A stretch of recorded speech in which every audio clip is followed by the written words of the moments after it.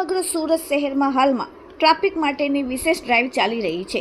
ત્યારે સુરત શહેરમાં આજે લાલ દરવાજા વિસ્તારમાં નો પાર્કિંગમાં પાર્ક કરેલા વાહનો પર તવાઈ આજરોજ 35થી વધુ ટીમો બનાવીને ડ્રાઈવ ચલાવવામાં આવી।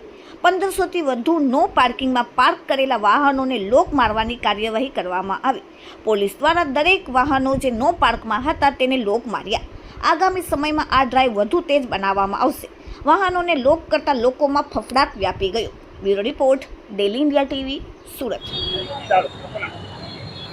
आज रोज माननीय पुलिस कमिश्नर श्री अनुपम सिंह गहलोत साहेब, अमरा traffic joint commissioner Shri Chaudhary साहेब तेमज डीसीपी श्री अमिता वानाणी मैडम की सूचना और मार्गदर्शन हेठळ आज रोज अमारे लॉकिंग तेमज नो पार्किंग जे आड़ेधड़ सिटी में करवामां आवे छे अने जेना कारणे रूटीन में जे वाहन चालको रोड परथी पसार थाय छे एने जे अड़चण ऊभी थाय छे अने एमनो जे टाइम समय बगड़े छे तेमज सिग्नल पास ज्यारे आवा अड़चणनुं वाहन होय छे त्यारे तो घणाने सिग्नलनो समय पण चूकी जवानो वारो आवतो होय छे।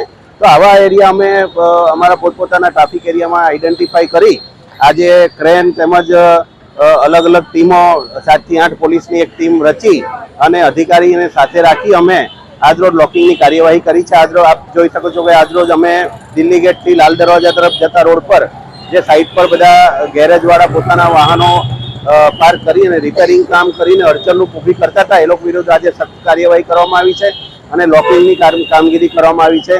आवनारा दिवसोमां पण आ प्रकारनी अलग अलग ड्राइवनी अमे कामगीरी करीशुं जेना कारणे लोकोनी ट्राफिकनी समस्यामां घणी राहत मळी शके।